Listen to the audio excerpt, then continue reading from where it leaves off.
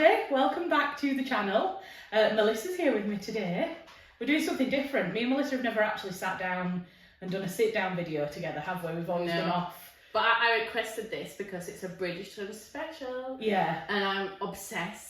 So I was like, you know what, I'll come on and talk with you about it. Which I think is nice because obviously there's been quite a few Bridgerton videos now that I've done and it's just my opinion over and over again, and I think we have quite different opinions. Ones, yeah. So I thought that found was that quite out good. this morning. Yeah. We were just having a very quick chat because it's Father's Day today. So we went out for breakfast with our dad and we were just having a quick chat about like Bridgerton, and we found that we have different views. I was talking to Becca last night as well. She has a similar view to you. Oh. Whereas I've spoken to Kayla, and Kayla has she's very a similar much view like to me. Whereas I'm probably more like Becca. Yeah, exactly. So I thought it'd make a really interesting video for you guys to watch because obviously, like I say, if I'm doing a review, you're only getting my opinion.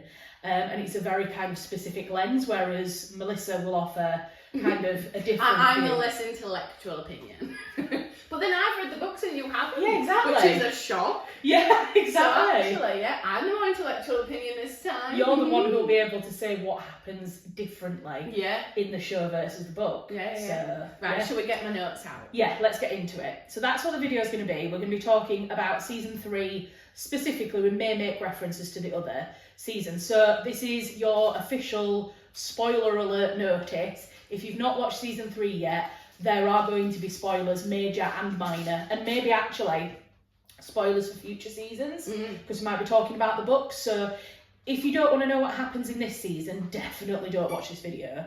And just be aware, if you are watching this, that there may be some hints or spoilers for future seasons as well. So what notes have you made then? Because I never make notes. So for these these are notes that so as soon as I finished, I was like, right, who's watched it? I need to talk about it. So I messaged my friend Stacey and I was like, oh my god, blah, blah, blah, blah. So it's word vomit, basically. This is word vomit that I thought about, of everything in the show that I thought about, that I sent to Stacey. So I was like, just finished, blown away. Right. Specifically like episodes 7 and 8 out of the series. The last 2. Yeah, so I know they split it into 2, part 1 and 2. So the last 2 episodes of part 2 were just my favourites. They were just phenomenal. So gorgeous. So your overall opinion of this season, what do you think of it compared to like previous seasons? So number 2 I'm not a fan of. I'm not a fan of number 1 was my favourite. I've rewatched them all, to be honest. I've rewatched 1 quite a lot of times. I've rewatched 2 just a couple.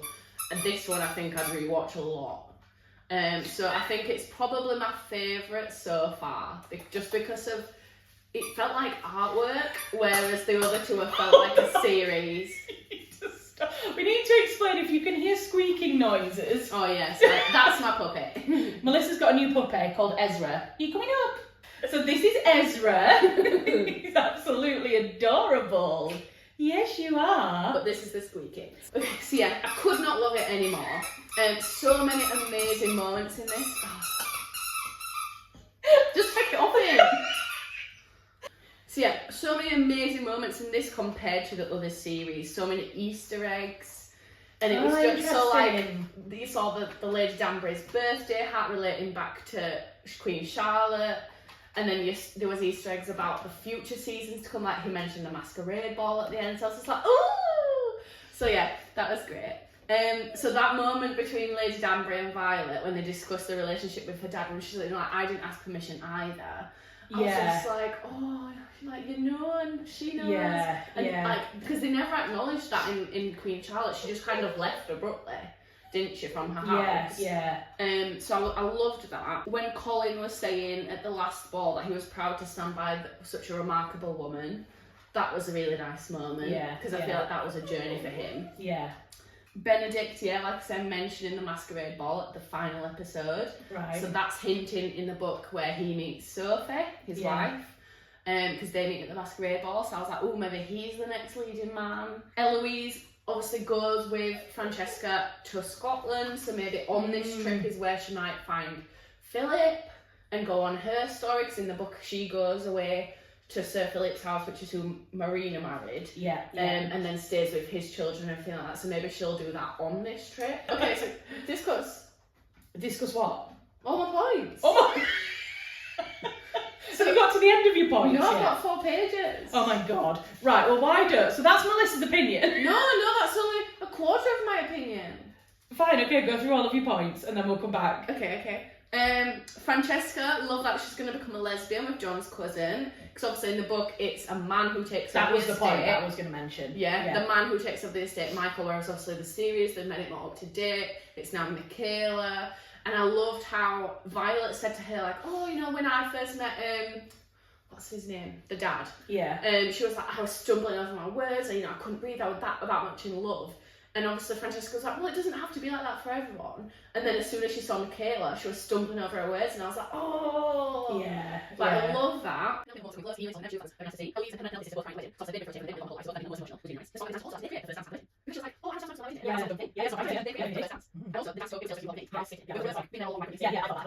Penelope's son will obviously inherit the title of Lord. But that's different to the film, isn't it? To the books. Yeah, very different. Yeah, Lord Featherington. So that was nice. I'm glad she won over the sisters. Yeah, I think it was obvious that was going to happen, wasn't it? Oh, it wasn't to me, but you're probably more thinking of the plot. Yeah, I'm just enjoying the ride.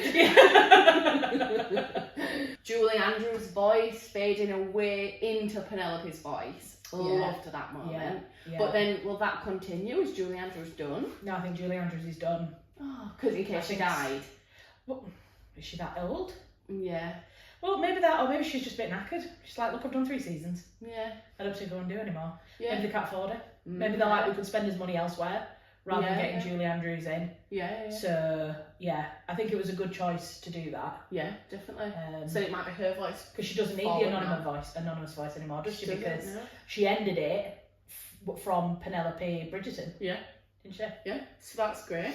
Yeah, nothing wasn't intentional. Everything that happened related back to things. It was never a purpose. Everything felt so intentional. This is not entire season. Just no entire season. It's not the first half. And just watching series, watching this season. You probably listen to that. But actually, I think it was. Now it makes sense to me because this one felt like wow, cinematic. What I watched. The other two were names of the shows. This one felt like yeah. Also, like the Collins. New Tech. Just like sexy. So that is all my. That's all my things. Right.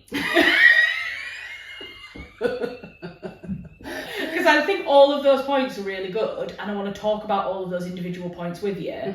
But that literally was just a stream of consciousness of thoughts, really. So now you've got your excitement out. Yeah, we could talk about stuff in a bit more detail. So I think you picked out some really good stuff there. Yeah, you've definitely picked up on things that I hadn't even noticed. But then you'll have done the same.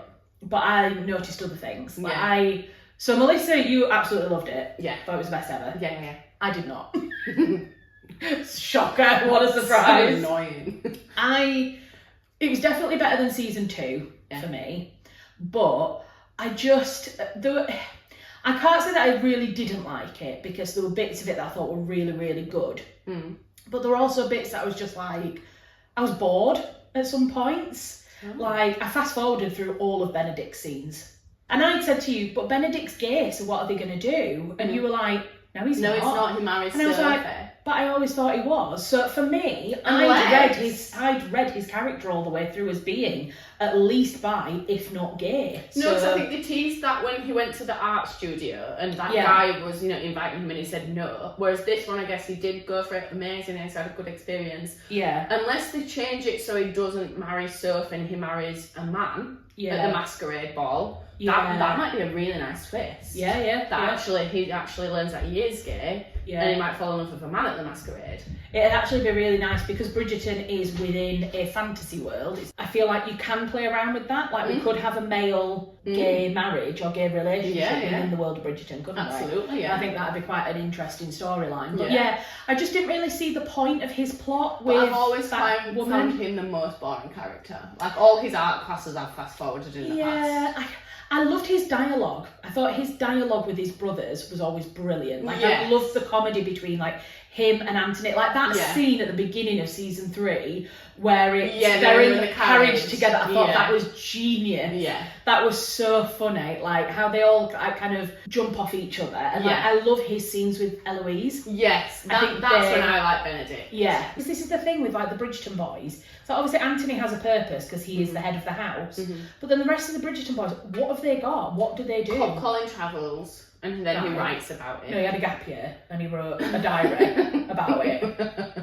Yeah, I mean, I guess the fact that he becomes published, and Yeah. obviously he's going to write about other travel journals and this and that. And to be fair, that is a historical thing that happened. People did travel extensively during And like this time. Penelope and him go off together in Yeah, future. but people were writing travel diaries and travel books. There are proper existing ones out there. Yeah, he's got a purpose, but Benedict doesn't really. No, does he? but Benedict has no purpose. And God knows what they're going to do with Gregory. Like, what's Gregory's purpose? See, gonna be? I don't think they're going to do Gregory. Do you Or know? they'll have to recast Hyacinth and Gregory because we've seen them in such a childlike light.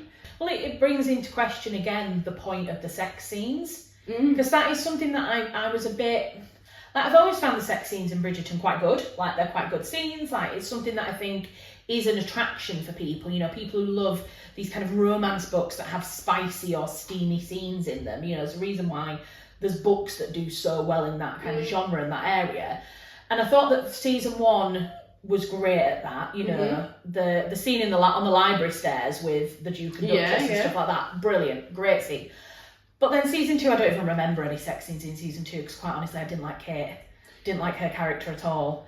So I didn't really like Anthony and Kate. There wasn't as much in that. So it like the first one was all about like maturing into a woman and desire. Yeah. And learning that. So that's why the sex scenes were important in that. Yeah. The second season, it wasn't about desire, it was about love and Anthony getting over the fact that he can love.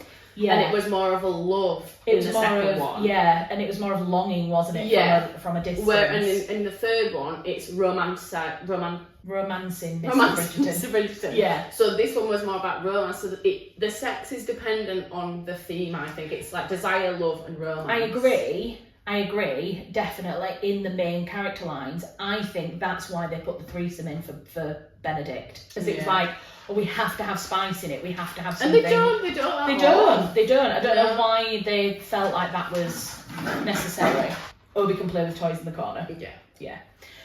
They had so many parallel storylines this season, and I just don't really think we needed that many. No. You know, we've got Colin and Penelope. We've got Eloise doing whatever Eloise is doing. There's Cressida's storyline. There's Violet Bridgerton and her new fella storyline.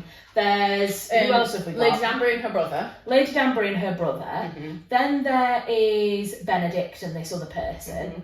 It's just like, how many storylines do you need running and that's the main difference of the book. So basically the book is you focus on one character and it's literally all they do. Yeah. It's about them. And I think there's a happy medium, isn't there, between the two? Like, you wouldn't just want a season that is just Colin and Penelope. No. My God, that'd be boring. Yeah. But I feel like if you're going to do a proper ensemble cast with multiple storylines, you need more than 8 episodes. Yeah, I agree. Well, a lot of people have said it's felt rushed this time. Yeah. Like 100%. A lot has happened in 8 episodes. Yeah.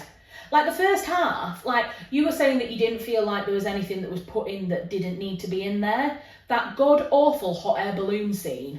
Oh my God, no, yeah. No, you're right. Oh my God, I'm gonna get squished by a hot air balloon, but this man's gonna come and save me, and that's all mine. Every film, like if there's like what is it in Mulan when someone like is like rushing down, like a ball is like following them down the hill, and they all run down and like run sideways. Yeah. Why? It pisses me off. Is that literally coming this way? Just go that way, and then you'll be fine. You're fine. Yeah, like move to the side. Don't. And why do people always fall over?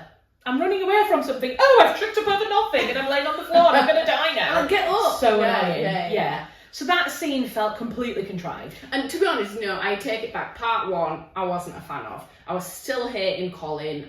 I'm not really a fan now. I'm not a fan of Colin. Now, this is one of my biggest bugbears with this season. I was talking about it with Becca, and I've talked about it with Kayla, who you've all seen before on other videos that I've done about period dramas.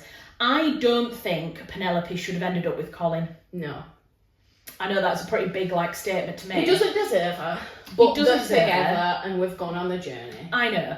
But for me, from a narrative point of view, from creating an interesting storyline, I thought they could have done more with Lord Debling. Yeah. I thought that it was just like, why have him in there if you're going to have that storyline so rushed? Like for me, I thought, you know how they've done like little Easter eggs about like a Cinderella story and other things? There would have been a perfect opportunity for them to do the "you saw me when I was invisible" moment from Secret Princess Diaries. Yeah. Of like, she met Lord Debling. He actually saw her for her. Yeah, he did. Didn't he? He found her in the ballroom and he wanted to talk to her.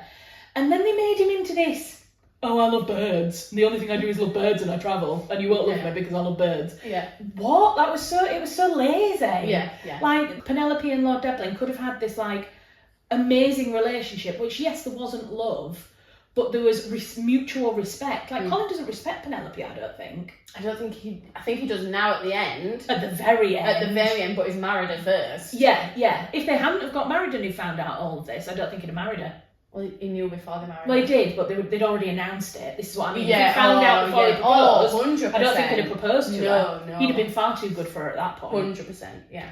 So I think it'd have been so much nicer if you could have had, she meets Lord Devlin, there'd have been this kind of really interesting romance story where they get to know each other, they kind of get this kind of slow burn love and attraction, and it's not quite passionate, but it's something. And then they marry, and then Colin realises then that, oh shit, I loved her all along and I've lost her because she's gone with somebody else. And then why couldn't we have Lord Devlin die?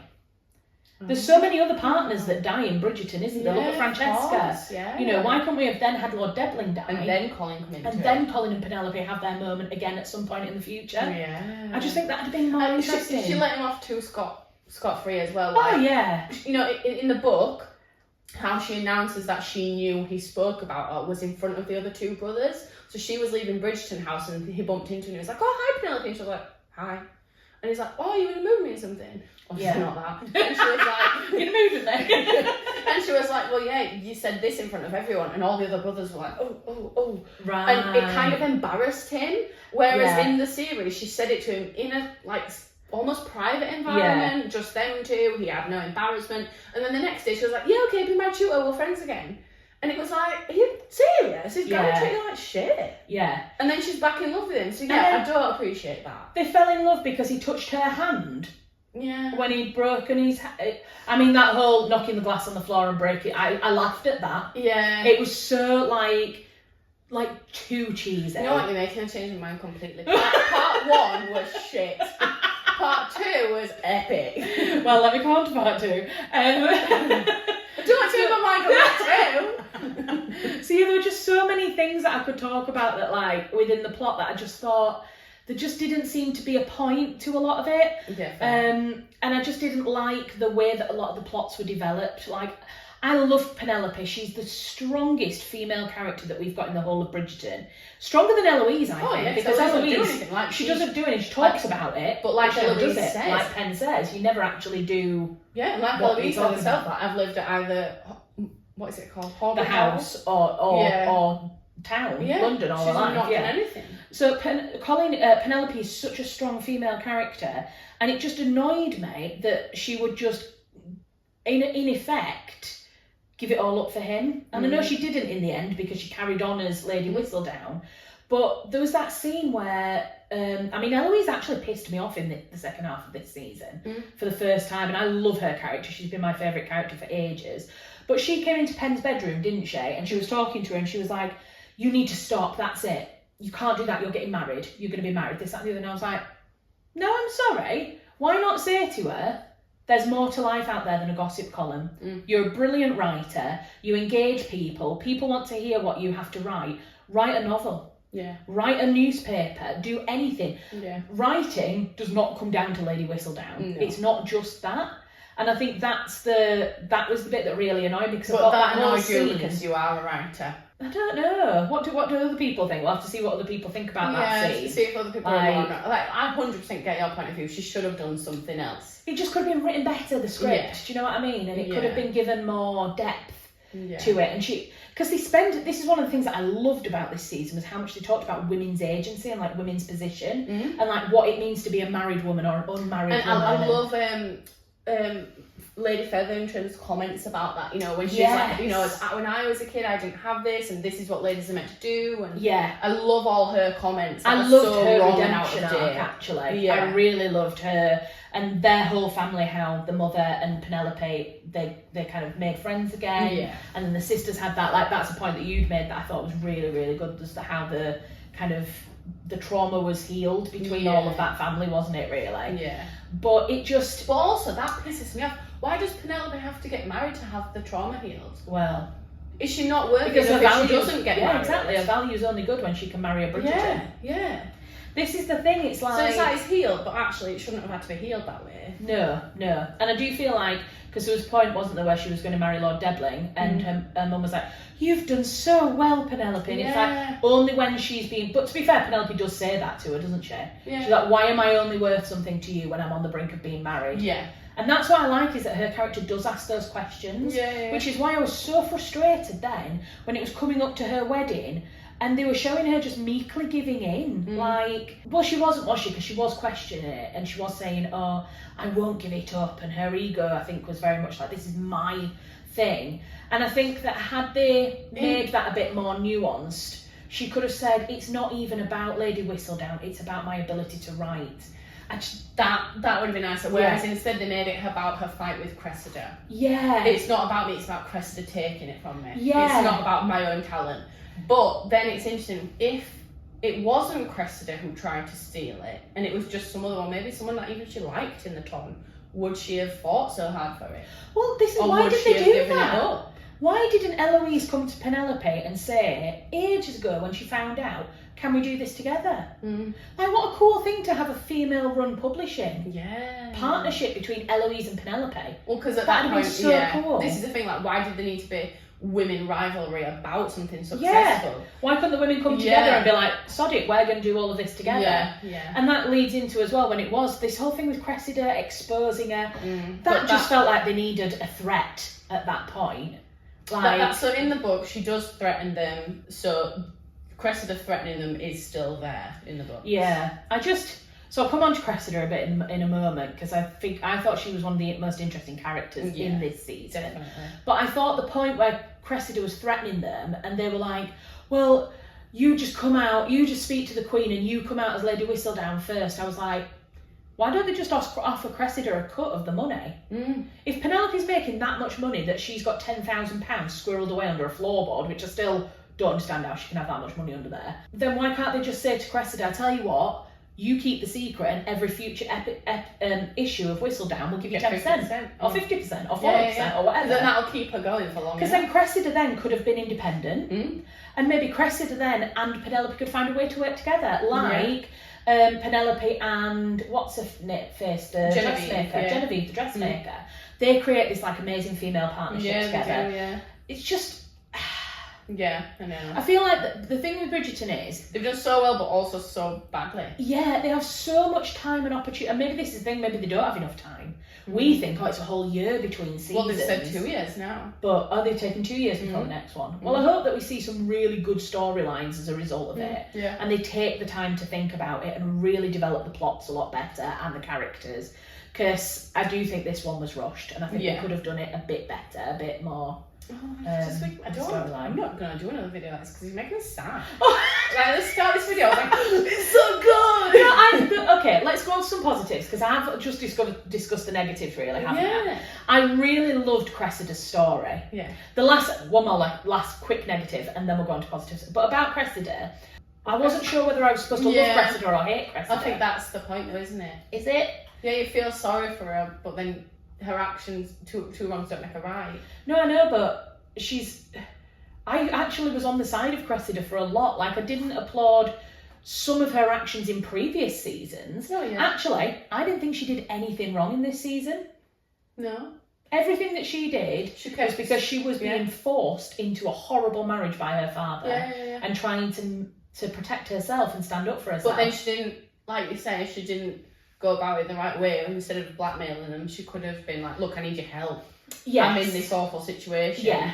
I know this secret. I don't want to do it. Please, can you just help me? Let's find a way to make it work that's beneficial for all of us. Yeah. Like, she could have handled it better. But it's almost like, if they're going to make her a villain, make her a villain. Like, not a Disney villain. We don't need anything too cheesy. But make her a negative character. Or give her a redemption arc, a proper full redemption, and let her be a full whereas good they tried character. to redempt her, and then they were like, you're still evil. Yeah, it was just a bit weird. I just didn't really get but it. Maybe like the full thing's coming.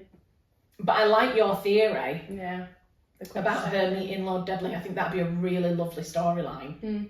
And she goes to the country. But I really liked her character. I loved how they developed her character this season. Yeah. I love that we got more of her. Yeah. It felt like a Queen Charlotte moment with her backstory. Yes, yeah, for sure. And I really liked Francesca's story. Yeah. And that's one that I think a lot of people have been a bit like, what's the point? She doesn't really do anything. But I think it's so important. I think it's great to have a couple that are on the spectrum in this world. It's representation again, and when isn't she it? was like, oh, it's so much noise in this house, I can't even hear myself. Yes. And then when I'm in Scotland, I'll be able to hear myself and figure myself out, and actually then I want to see you more. Yeah. And I was like, that makes so much more sense. She's an introverted person. You imagine being in a family of 7 children. Yeah. And, you know, being in London in the middle of the London season stuff. I thought that was really nice. It was nice to see somebody, because I'm very introverted in some situations.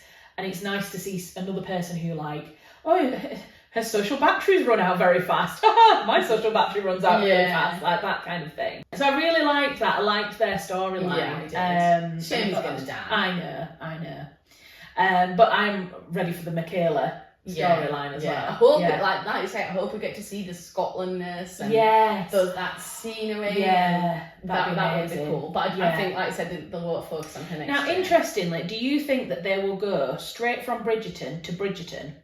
Or do you think they'll do another spin-off in between? Oh. That is like Scotland or something like that? No, I think... Or Lady Violet? No.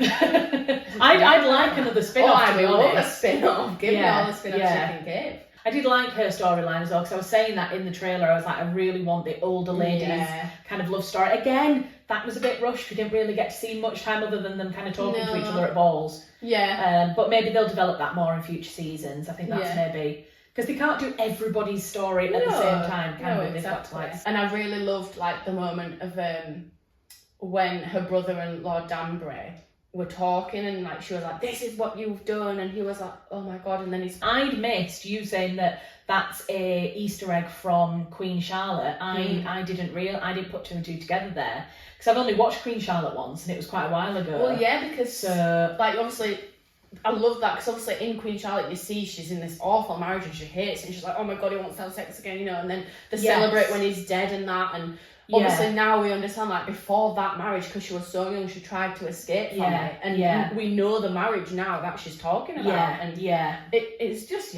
brilliant. But you see, that went completely over my head, but now you're talking about it, I'm like, oh my god, that's really interesting. And I don't know if you noticed, but there were a couple of times in the show, I think they could have done more with this actually, where we had deaf actors. Yeah, they had just a couple, and the guy in the wheelchair. But that seemed like it was bang in the first episode. Representation, here you go. And then we didn't see it again until the final episode. Same with the deaf person, because it was the first episode and the last one. Yeah, it was Francesca, where they're presenting in front of the queen, and then at the very like you say, and then the last episode. In the last episode, she said it again. It's like So I think that it was great to see, but I'd like it used less tokenistic, and more actually part of the world and the storyline. Yeah. So what else did we like about it, and what did we not like? I loved the Queen's hair pieces.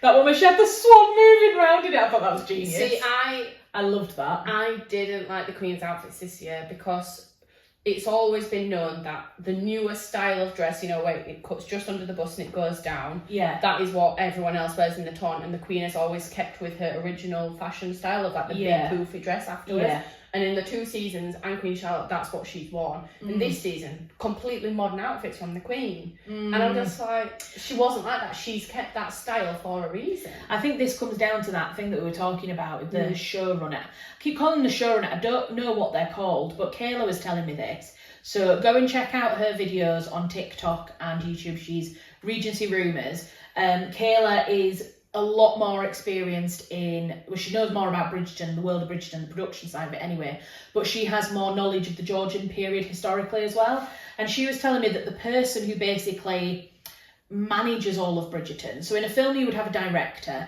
that director is in charge of everything, how they want the show to look, the film to look. In a TV series, I believe it's like the showrunner. I've probably got that title wrong. If I've got it wrong, I'll pop it correctly on screen. But that person changed for this season. So we've had the same person in season 1 and season 2. And then we've had a new person for season 3.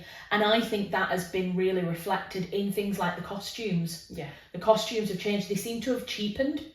Yeah. Gotten really cheap. Like, we've had some beautiful, beautiful costumes in the past. Like, Kate's have been stunning, but it's like, you wouldn't have worn that. No. And I know it's not meant to be historically accurate. It's not, but there was some very it's modern gone, dresses. Yeah, it's gone completely different from Daphne. Yeah. Like, completely. And Yeah. even like you said with the hairstyles, like, I thought like in Daphne's season, God, if she had her hair down, it was because she's alone in her bedchamber and, Yes. you know, it's late at night. Whereas Penelope's like, yeah, I let my hair down and curly. Like, Yeah, it's 2024. Like, Yeah, exactly. I thought you're not allowed to wear your hair down. That's like a really private moment if someone sees you with your hair down. Yeah.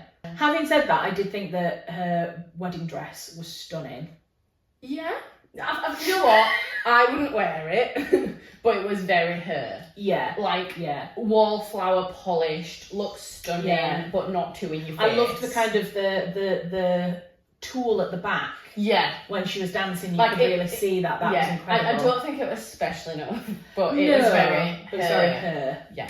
And I think we need to come on to talk about her because there's been a lot of discussion about her being naked on screen, and she was very vocal about the fact that all the other female leads got a nude sex scene, and so she wanted one. You know, just because she's got a bigger body, there's no reason why she can't have a nude sex scene like the others. No. And when I have to say, when she took a corset off and her boobs were, I was like, wow. I would love a pair of boobs like that. And I think it's... I like that she let them hang out there for a couple of seconds and then she covered him. Yeah. And I was like... But I just think, I looked at her figure and I thought, what a broken society figure. we live in if that is considered big. Oh yeah, that was completely normal. Yeah. Why is it that a bigger body is seen as horrific? And also everybody then going on to say, oh, she's so brave for putting her body out there. And it's like, why? The only reason that is considered brave is because we don't see big bodies enough in the TV. And I did like her response to that when she was called brave, and she was like, you know, it's so hard. Yeah. It is so hard having perfect breasts. You don't see perfect breasts in the world. And I was like, yes, it's just the best response ever. But she's amazing, isn't she? She is. Okay, out of 10, or out of 5 stars, what would you rate this season? See, I very much had just part 2 in my head, and I forgot really how shit part 1 was. And maybe if they hadn't split it, it might not have been as obvious. Maybe that was their own point, error. isn't it? Yeah. But I wasn't really thinking of that. So as a whole, I was going to go, oh my god, 10. Whereas now I'm thinking, oh, maybe like 8? 8 out of 10. Yeah, for the whole thing. But just part 2, maybe 9.5. Right. Because I was sat in bed like, oh, what am I going to do with my life? Oh yeah. Yeah, so good. But yeah, when you talk about this is why I want to talk about it. Yeah. So I was just like, I love discussing it. And it's really nice to talk about it with you because I do think that sometimes on my reviews, I do tend to go to not the negatives, but the things that I would have loved to have seen. Yeah. Like, oh, I wish we'd had this and I wish we'd had that. But actually it is nice to talk about the things that were really good as well. I loved so many moments. Yeah. And this is the thing, like, there were so many moments that I loved in this compared to all the other series. Right. There's not a specific moment out of another series where I've been like, loved that moment. You see, another thing that I felt that we missed was Eloise being funny. Yeah. There were so many of her funny moments. Yeah. Like, how does one come to be the child? Just like iconic lines that she had. And yet, we didn't get any of that. And I know it's because she's mature and she's very much questioning who she is at the moment, isn't it? Yeah. I think... What would you give it out of 10? Probably like a 6. It's so close. Yeah, I think I'd have to give it a 6 out of 10. Yeah. Fair. I think maybe a 7. I absolutely loved the fact that they discussed women. I think that was such a strong point of this season. Discussing women's roles, discussing the position of women, and having them question it and go into it. Absolutely brilliant. I thought that was fantastic. And that gets extra points for me. I think if that hadn't been there, I'd have been like, this was absolutely rubbish. Yeah. But it's like they tried. Yeah. I almost feel like I want them to get more money and more time so that they can do more with it, because it's almost like you see these moments of genius where you're like, they clearly want to do it, they just don't have enough time and opportunity, and there's not enough episodes to do it justice. Yeah. So it's not like I'm saying that they haven't done a good job. No. I just feel like they could have done more. So that's why I'd give it like a 7. Okay. But who the fuck am I to say? Literally. I don't have any kind of like credentials or like authority to say you should be writing a better period drama. It's just like, I think I want But I so think much as well, from these like, films. you've watched so many period dramas, Yeah. so your standards are higher. Yeah. I've watched a few, and my standards are a lot lower. I've read a lot less of that historical time period. I'm just going off the books and the show. I think for me as well, you read a lot more romance. Yeah, you I do, enjoy yeah. the romance Yeah. side of things. Rom-com is my book version. I'm not really into rom-coms, you see. No. So I'll watch something like Bridgerton and I'm like, oh yeah, there's a love story. Great. Right, what else is going on? Yeah, Where's whereas the I'm like, oh storyline? my gosh, Why- no. I'm like, why is she not opening a business? Yeah. Why do we not have more business Ooh, women in this? people that, are and the saying the spin-off could be Genevieve's story other? Yes. and how she became the modiste. Oh, I'd like that. That'd be really good. Yeah. Let us know in the comments if there's like a particular area that we haven't discussed that you would want us to have a chat about. We can always do another talk about it. This has taken quite a lot of my time.